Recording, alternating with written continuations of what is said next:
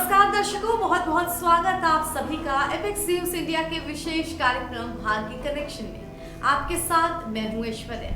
ज्योतिष शास्त्र की प्रमाणिक परिभाषा वेदों में है। इसके अनुसार ग्रहों और समय का ज्ञान कराने वाले विज्ञान को ज्योतिष अर्थात ज्योति प्रदान करने वाला विज्ञान कहते हैं। जिस शास्त्र से संसार का ज्ञान, जीवन मरण का रहस्य और जीवन के सुख दुख के संबंध में ज्योति दिखाई दे, वही ज्योतिष है।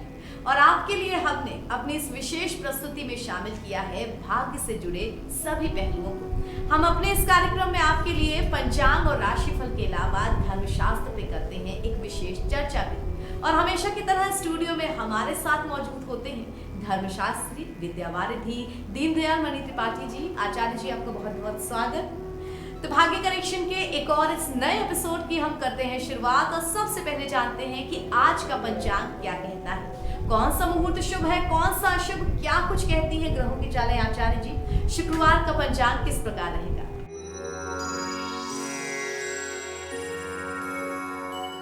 8 जुलाई 2022 शुक्रवार का पंचांग तदनुसार विक्रम संवत 2079, शक संवत 1944, अयन उत्तरायण, ऋतु ग्रीष्म, आषाढ़ मास के शुक्ल पक्ष की नवमी तिथि 6:25 सायं तक है। अनंतर दशमी तिथि है। नक्षत्र चित्रा है, दोपहर में 12:14 तक। अनंतर हस्त नक्षत्र है। शिव योग का मान है 9:01 पूर्वाह्न तक। अनंतर सिद्ध योग है। करण के रूप में बालव करण है जो 7:02 पूर्वाह्न तक है। अनंतर कौरव करण है जिसका मान शाम को 6:25 तक है। राहु काल का मान है 10:28 दिन में पूर्वाह्न से 12:11 तक।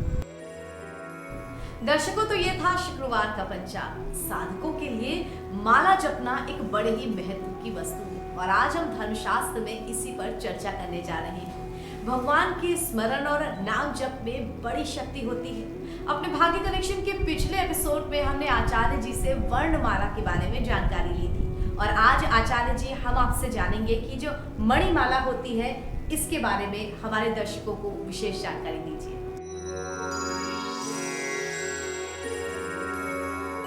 जिन्हें अल्पसंख्या में मानस जप करना है उनके लिए तो माला आवश्यक नहीं है, किंतु जिनको अधिक संख्या में जप करना है उनके लिए मणिमाला आवश्यक है, अर्थात मनकों वाली पिरोई हुई। तो पिरोई होती है इसलिए उसका नाम मणिमाला है।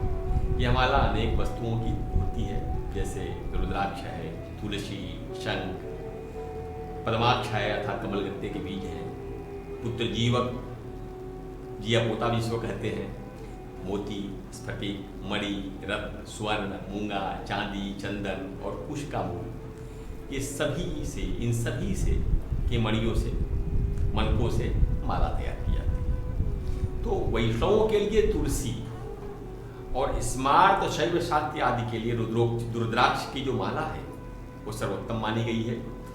माला बनाने में इतना ध्यान रखना चाहिए कि एक चीज की माला में दूसरी चीज न लगाई जाए, दूसरा मनका न लगाया जाए। एक प्रकार के मनके में दूसरे प्रकार के मनके का समायोजन नहीं होना चाहिए। विभिन्न कामनाओं के अनुसार भी मालाओं में भेद होता है और देवताओं के अनुसार भी माला में भेद होता है, तो इनका विचार करना चाहिए। माला के दाने एक समान होने चाहिए, न छोटे हो न बड़े हो, सबका औसत आकार एक ही हो। और 100 दानों की जो माला है 100 दानों की, वो सभी प्रकार के जपों में काम आती है। तो कैसे बनाया जाएगा? ब्राह्मण कन्याओं के द्वारा निर्मित कपास की सूत से जो माला बनती है वह सर्वोत्तम मानी गई है। और शांति कर्म में सूत जो है वह श्वेत होना चाहिए, जैसे पूजा कर्म है, ध्यान इत्यादि में जप मंत्र जप है, उसमें आत्मज्ञान के लिए, आत्मोपासना के लिए, देवता की प्रीति के लिए जो माला की जाए उसमें श्वेत धागा होना चाहिए। वशीकरण में रक्त, वशीकरण का कर्म करना है तो रक्त, कोई अपने शत्रु के लिए कोई जप करना है, शत्रु पीड़ा से व्यथित है तो उसके लिए काले रंग की माला, काले रंग के धागे की। और मोक्ष और आत्मज्ञान के लिए रेशमी सूत की माला विशेष उपयुक्त मानी गई है। कि कैसे? करपास सूतम संभवम सूतम धर्म कामार्थ मोक्षदम कच्च विपेन्द्र कन्याधि निर्मितम च शोभिनम शुक्लम रक्तम च कृष्णम च पट्टसूत्रम अथात्मा शांति वस्या अभिचारेषु मोक्षैश्वर्य जपेषु च।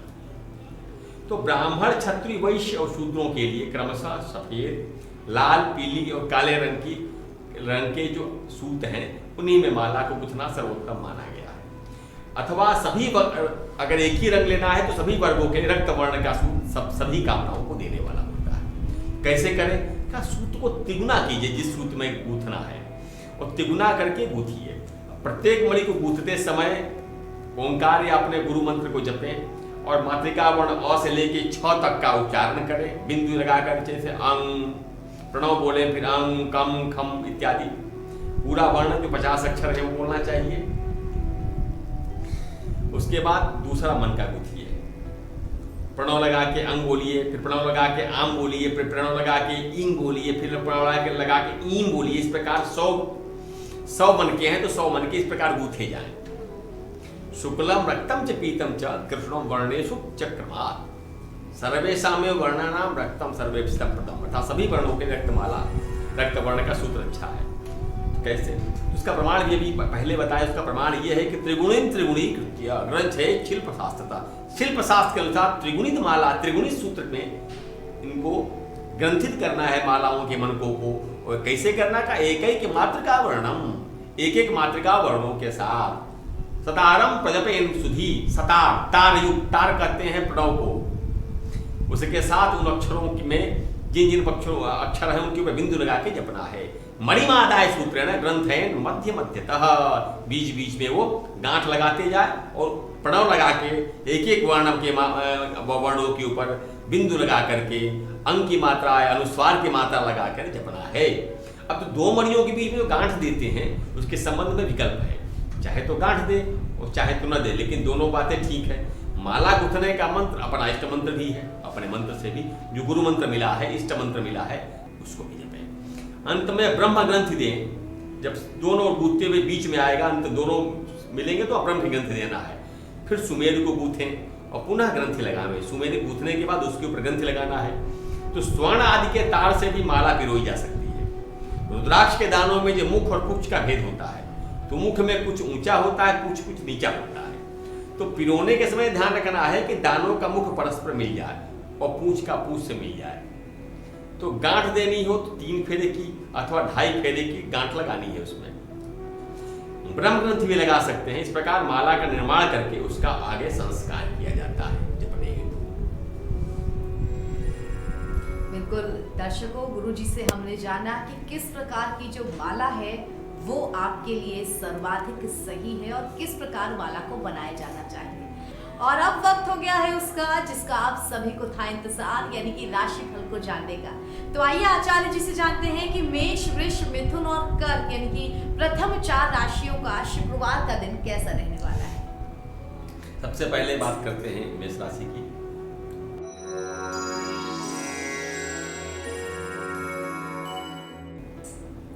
मेष राशि के जातक कहीं बाहर घूमने का की योजना बना सकते हैं, लेकिन आज व्यय की चिंता उन्हें रहेगी। आज व्यय का दिन है, इसलिए खर्चों से सावधान रहें। अगर पहले से योजना नहीं बनाएंगे तो आज अर्थ का संकट आपको बन जाएगा।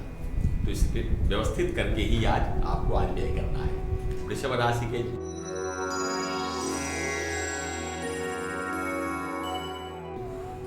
जातकों के लिए कहा जा रहा है कि आप अपने जीवन साथी के लिए कुछ नवीन करने का प्रयास करेंगे और आज आप कुछ उनको विशिष्ट वस्तु या कोई तत्व देने का प्रयास करेंगे, विषय वस्तु, जिससे दोनों के बीच में आज आपका सामंजस्य और प्रेम की वृद्धि होगी। मिथुन राशि के जातकों के लिए पारिवारिक समस्याओं के कारण आज उनका मन विचलित हो सकता है। अपने अभिभावकों से और कुल के बड़े लोगों से जो है पितामह, प्रपितामह इत्यादि जो हैं, तो उनकी सलाह आज लें। इस संबंध में कुटुंब में होने वाले विवाद या पारिवारिक सामंजस्य के संदर्भ में अपने वरिष्ठों से उनकी बात सुने और अपनी बात को न्यून करके उनके बात को महत्व दें, जिससे आपके पारिवारिक जीवन में आज सामंजस्य आएगा। सामाजिक जीवन में भी कटुता का शमन होगा। कर्क राशि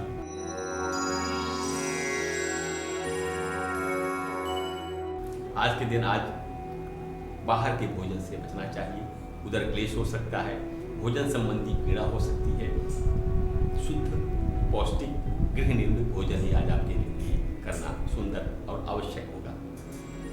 बिल्कुल, घर का बना हुआ भोजन वैसे भी आचार्य जी सबसे सही आपके लिए वही होता है, तो बाहर जंक खाने से जितना हो सके बचिए।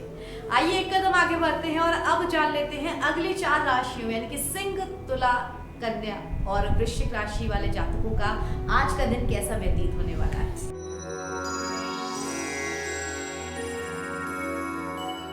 सिंह राशि के जो छात्र हैं वे पढ़ाई में उनका किसी काम में कोई विशिष्ट समस्या उत्पन्न हो सकती है, जिससे उनका मन उदास हो गया। अध्ययन संबंधी तनाव से भी ग्रस्त रहेंगे, इसलिए अपने वरिष्ठों से मार्गदर्शन लें।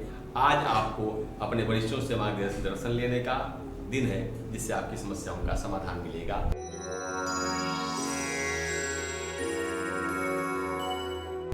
कन्या राशि के जातक अपने व्यापार में या अर्थ के स्रोतों में प्रतिद्वंदियों का भी आज आपको साथ मिलेगा। आज आपके लिए अनुकूल दिन है। कोई अच्छी डील होने की, कोई अच्छा सौदा होने की संभावना है। जो उच्च शिक्षा में अध्ययनरत छात्र हैं उन्हें अपने अध्ययन या कैरियर से जुड़ी कोई चिंता आज सताती रहेगी।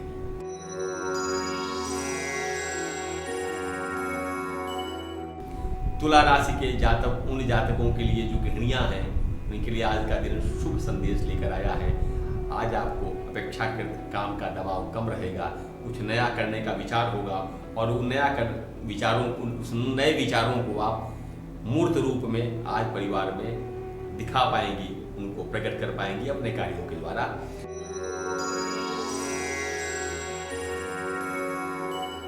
वृश्चिक राशि के जातक के लिए किसी कार्य से घर से कोई एक छोटी सी यात्रा संपादित हो सकती है, लेकिन अगर आप घर में रहेंगे तो आपको एकाकी या उदासी का अनुभव हो सकता है। ऐसे में आप अकेले न रहें, अपने किसी सहयोगी मित्र, बंधु बांधव, जीवन साथी के साथ वार्तालाप करें, उनके साथ समय व्यतीत करें। आज अवसाद की संभावना है। लेकिन अगर आपको डिप्रेशन की प्रॉब्लम है तो बहुत ज़रूरी है बाहर निकलें और अपनी बात किसी ऐसे व्यक्ति को बताएं जिस पर आप काफ़ी भरोसा करते हो, जैसे कि आपके बड़े। और आइए अब आचार्य जी से जानते हैं अंतिम 4 राशियां यानी कि धनु, मकर, कुंभ और मीन, इन राशि के जातकों का आज का राशिफल किस प्रकार रहने वाला है।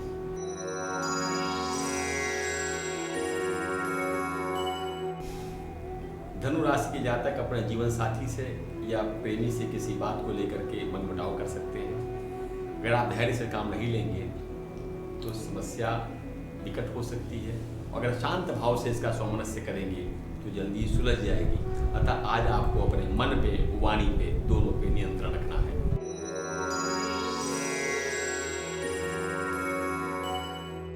मकर राशि के जातक जिन्होंने भूमि में या अचल संपदा में धन का निवेश किया हुआ है, उन्हें उस अचल संपदा से आज लाभ मिलने की संभावना है।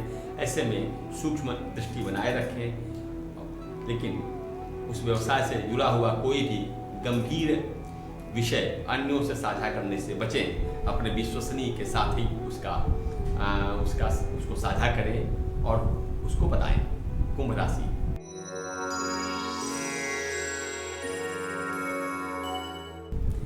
घर की बातें किसी बाहरी व्यक्ति को बताना आज आपके लिए उल्टा पड़ेगा।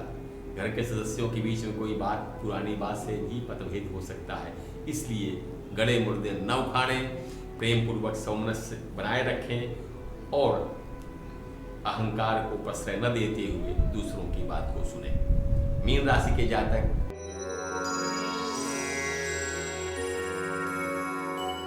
अपने कार्यालय में या कार्य क्षेत्र में आज समूह के साथ, सबके साथ सामंजस्य बनाकर कार्य करना फलदायी होगा, उत्तम परिणाम देगा। इसलिए अपने कार्य को लोगों में बांटें, सब पे नियमन स्वयं न करें, सबके साथ सामंजस्य बनाते हुए अगर आप आज अपने कार्य को संपादित करेंगे तो वह ठीक से संपन्न भी होगा, परिणाम भी अच्छा होगा और सबसे प्रशंसा भी आज आपको मिलेगी। बिल्कुल, आचार्य जी ने सही बात कही कि मिलजुल के काम करना, ऑफिस में एज अ टीम काम करना सबसे ज्यादा जरूरी होता है। और इसी के साथ आचार्य जी हमें दीजिए आप इजाजत। दर्शकों, भाग्य कनेक्शन के एक और एपिसोड में कल फिर होगी आपसे मुलाकात। बने रहिए एपिक न्यूज इंडिया, सिर्फ सच के साथ।